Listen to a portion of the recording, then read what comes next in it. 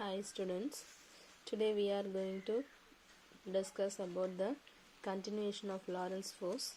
The Lorentz force வந்து எப்படி இருக்கும் அப்படின்னு பார்ப்போம். ஸோ லாரன்ஸ் ஃபோர்ஸ் பார்த்தோம் அப்படின்னா ஒரு மேக்னெட்டிக் ஃபீல்டுக்குள்ளார எலக்ட்ரிக் சார்ஜ் வந்து ரெஸ்ட்டில் இருக்கும் பொழுது அங்கே எந்த ஒரு ஃபோர்ஸும் ஆக்ட் ஆகாது. அதுவே மூவிங்கில் இருந்துச்சுன்னா அங்கே ஒரு ஃபோர்ஸ் ஒர்க் ஆகும். அந்த ஃபோர்ஸ் தான் லாரன்ஸ் ஃபோர்ஸ்ன்னு சொல்கிறோம். ஓகேங்களா. ஸோ லாரன்ஸ் ஃபோர்ஸ் வந்து மேக்னெட்டிக் ஃபீல்டில் இருக்கும்பொழுது மட்டும் இல்லை, எலக்ட்ரிக் ஃபீல்டும் மேக்னெட்டிக் ஃபீல்டும் சேர்ந்து இருந்துச்சுன்னா அங்கே கிடைக்கிற ஃபோர்ஸுக்கான ஈக்குவேஷன் என்னன்னு நம்ம பார்த்தோம். ஓகேங்களா. நெக்ஸ்ட் வந்து force on a moving charge in a magnetic field. ஒரு மேக்னெட்டிக் ஃபீல்டுக்குள்ளார ஒரு சார்ஜ் வந்து மூவிங்கில் இருந்துச்சுன்னா அது மேலே இருக்கக்கூடிய ஃபோர்ஸ் என்ன ஃபோர்ஸ், அது ஈக்குவேஷன், அதனுடைய டைரக்ஷன்ஸ் இது எல்லாத்தையும் நம்ம இப்போ பார்ப்போம். When an electric charge q is moving with velocity v vector in the magnetic field b vector. When an electric charge q is moving with velocity v vector in the magnetic field b vector, it experiences a force called magnetic Lorentz force. Experiences a force called magnetic force. After careful experiments, Lorentz deduced force experienced by a moving charge in a magnetic field Fm. ஓகேங்களா. So ஒரு magnetic ஃபோர்ஸை experience பண்ணது, அதுக்கப்புறம் Lawrence வந்து அதுக்கான ஒரு ஈக்குவேஷனை reduce பண்ணி கொடுக்கு. So that is Fm vector is equal to Q into V vector cross B vector. ஓகேங்களா. So Fm vector is equal to Q into V vector cross B vector. in magnitude wise பார்த்தீங்கன்னா வெக்டாரை cancel பண்ணணும். So அப்போ என்ன பண்ணுவோம் அப்படின்னா cross ப்ராடக்டில் இருக்கிறத நார்மலாக எழுதுவோம். ஸோ அப்போ Fm is equal to VB sin தீட்டான்னு கிடைக்கும். VB sin theta. So QVB sin theta. இதுலேருந்து மேக்னெட்டிக் லாரன்ஸ் ஃபோர்ஸை நம்ம டெடியூஸ் பண்ணோம் அப்படின்னா magnetic Lorentz force is directly proportional to the magnetic field and directly proportional to the velocity of the moving charge particle, and magnetic force is directly proportional to sine of the angle between the velocity and the magnetic field, sine of the angle between the velocity and the magnitude, and magnetic Lorentz force is directly proportional to magnitude of the charge. So Fm is equal to Q into V vector cross B vector. in magnitude Fm is equal to QVB sin theta.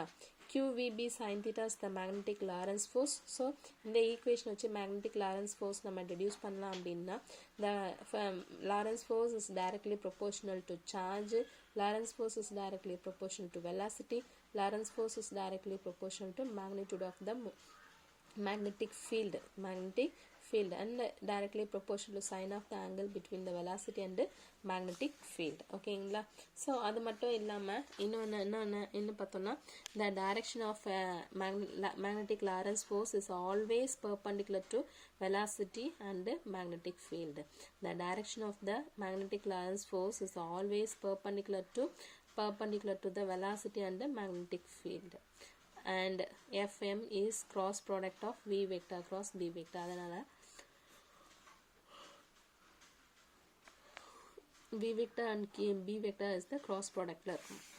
And then அடுத்தது பார்த்தீங்கன்னா the direction of magnetic Lorentz force is on negative charge is opposite to the direction of force on positive charge provided other factors are identical as shown in a figure. ஓகேங்களா.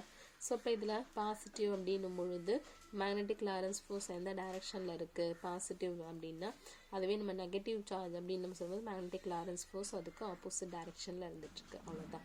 So இதுதான் நம்ம சொல்கிறது. இந்த direction of magnetic Lorentz force on negative charge is opposite to the direction of positive charge.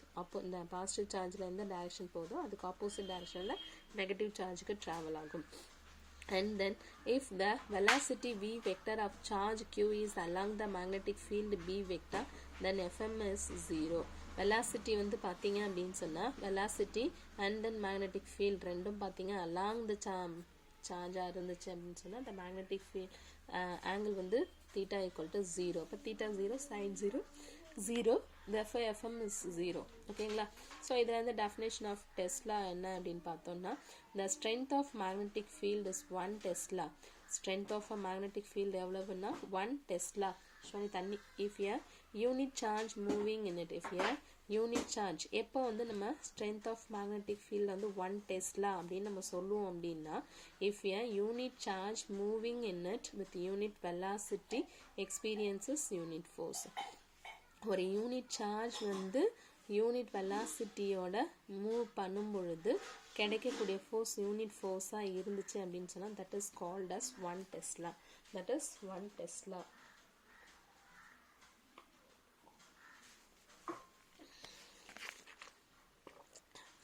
Strength of the magnetic field is 1 Tesla. எப்போ if a unit charge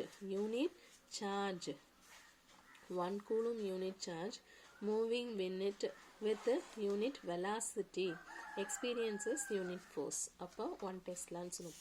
So 1 Tesla is equal to 1 Newton second per coulomb meter. ஓகேங்களா? So அதில் அப்படி எழுதுனா வேறு எந்த மாதிரி எழுதலைன்னா 1 Newton ampere meter. So 1 Newton per ampere per meter. So இதுதான் நம்ம 1 Tesla அப்படின்னு நம்ம சொல்கிறோம். ஓகேங்களா? நெக்ஸ்ட்டு வந்து சைக்ளோட்ரான், அதுக்கான ஒரு மேக்னெட்டிக் ஃபீல்டு இருக்குது. அது ஒரு யூனிஃபார்ம் மேக்னெட்டிக் ஃபீல்டு. அதுக்குள்ளார ஒரு சார்ஜ் பார்ட்டிக்கல் வந்து மூவிங்கில் இருக்கும்பொழுது நமக்கு என்னென்ன நடக்கும் அப்படிங்கிறத நம்ம பார்க்க போகிறோம். இப்போது considering a charge particle plus Q moving in uniform magnetic field B vector and with velocity V. ஓகேங்களா? ஸோ இப்போ என்ன பண்ணிடுறோம், consider a charged particle of charge Q, அதனுடைய mass m, having mass m entering into a region of magnetic field B vector with velocity V. ஓகேவா? So அப்போது such that velocity, இந்த velocity எப்படி இருக்குன்னா, velocity is perpendicular to the magnetic field. இந்த move பண்ணக்கூடிய பார்ட்டிகளுடைய velocity எப்படி இருக்குன்னா இந்த மேக்னெட்டிக் ஃபீல்டுக்கு பெர்பெண்டிகுலராக இருக்கும். as soon as the particle enters into the field, Lorentz force acts on it in a direction perpendicular to the both magnetic field and velocity. as soon as இப்போ இதுக்குள்ளார நம்ம magnetic field வந்து particle enter ஆகும்போது என்ன ஆகும் அப்படின்னு சொன்னால் அந்த particle magnetic field and velocity ரெண்டுத்துக்குமே பெர்பெண்டிகுலராக லாரன்ஸ் ஃபோர்ஸு ஆக்ட் ஆகிட்ருக்கும். ஓகேங்களா? ஸோ அதுக்கு அடுத்தது பார்த்தோம் அப்படின்னா as a result the charged particle moves in a circular orbit. இப்போ இதுக்குள்ளார பார்ட்டிக்கல் வருது, இதுக்கு ஒர்க் ஆகுது. அப்போ ஒர்க் ஆகும்போது வெலாசிட்டி V எம்ங்கிற மாஸோட ஒர்க் ஆகிட்டுருக்கு. அப்போ வந்து இது மேலே மேக்னெட்டிக் லாரன்ஸ் ஃபோர்ஸ் ஒர்க் ஆகும். அதுவும் எப்படி இருக்குன்னா வெலாசிட்டிக்கும் அண்ட் தென் மேக்னெட்டிக் ஃபீல்டுக்கும் பெர்பெண்டிகுலராக இருக்கும்னு பார்த்தோம். இப்படி பெர்பெண்டிகுலராக இருக்கிறதுனால என்ன ஆகும் அப்படின்னு சொன்னால் இந்த particle moves in a circular orbit. So அப்போ நமக்கு ஒரு லாரன்ஸ் ஃபோர்ஸ் கிடைக்கும். That Lawrence force F is equal to Q in F vector is equal to Q into V vector across B vector. F vector is equal to Q into V vector across B vector. Since the Lorentz force alone acts on the particle, Lorentz force மட்டும் particle மேலே act ஆச்சு அப்படின்னு சொன்னால் the magnitude of the net force on the particle is net force மட்டும் நம்ம கண்டுபிடிக்கிறோம் அப்படின்னு சொன்னால் Fm summation I Fi is equal to Fm is equal to QVB. Lorentz force alone acts on the particle. அப்போ அதனுடைய net force என்ன இருக்கும்? Fm is equal to QVB. அப்போ this Lorentz force acts as centripetal force for the particle because ஏன்னா இந்த particle circular மோஷனில் வருதுன்னு சொல்லியிருக்கோம். அப்போது இந்த லாரன்ஸ் ஃபோர்ஸ் என்ன ஆகுதுங்க, சென்ட்ரிபிட்டல் ஃபோர்ஸு ஆக்ட் ஆகுது. this Lorentz force acts as centripetal force for the particle causing it to execute circular motion. So circular மோஷனுக்கான ஃபோர்ஸ் வந்து லாரன்ஸ் ஃபோர்ஸ் கொடுக்குது. ஸோ அப்போ FC is equal to mv square by r. Centripetal force. So இந்த ரெண்டு ஃபோர்ஸுமே இப்போ equal. ஏன்னா Lawrence force தான் நமக்கு என்ன ஃபோர்ஸை கொடுக்குது, சென்ட்ரிபிட்டல் ஃபோர்ஸை கொடுக்குது. ஸோ அதனால் QVB is equal to mv square by r. So இதில் விவி கேன்சல் ஆச்சு அப்படின்னு சொன்னால் இந்த ஃபார்முலாலேருந்து radius of the circular path என்னன்னு கண்டுபிடிக்கலாம்.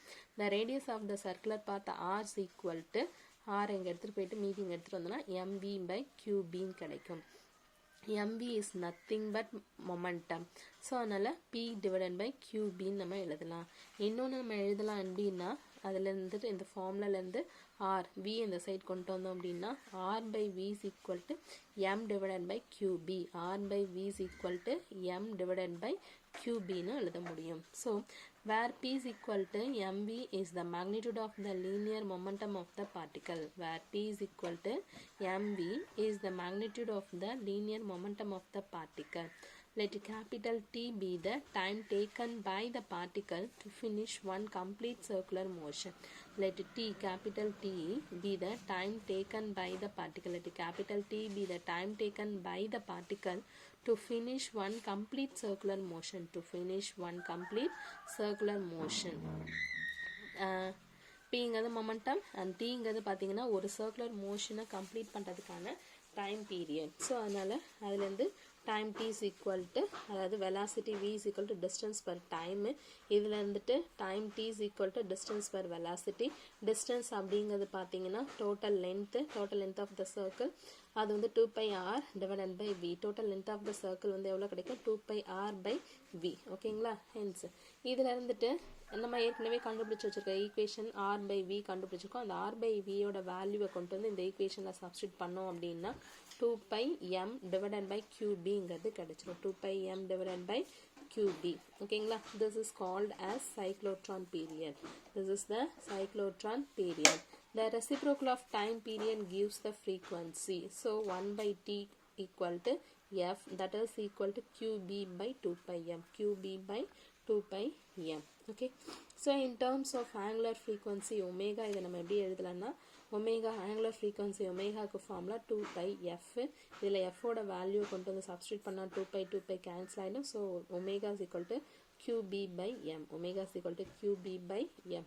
q கான்ஸ்டன்ட் m கான்ஸ்டன்ட், அதனால் q by m into bன்னு எழுதலாம். இந்த ஈக்குவேஷன் என்ன அப்படின்னு சொன்னால் cyclotron frequency or gyro frequency. Cyclotron frequency or gyro frequency. ஓகேங்களா? ஸோ இதில் வந்துட்டு நம்ம என்னென்ன ஈக்குவேஷன் டைம் பீரியட் கண்டுபிடிச்சிருக்கோம், ஃப்ரீக்வன்சி கண்டுபிடிச்சிருக்கோம் அண்ட் ஆங்குலர் ஃப்ரீக்வன்சி கண்டுபிடிச்சிருக்கோம். இதுலேருந்து we infer the time period and frequency. Time period and frequency both are depend upon the mass of ratio.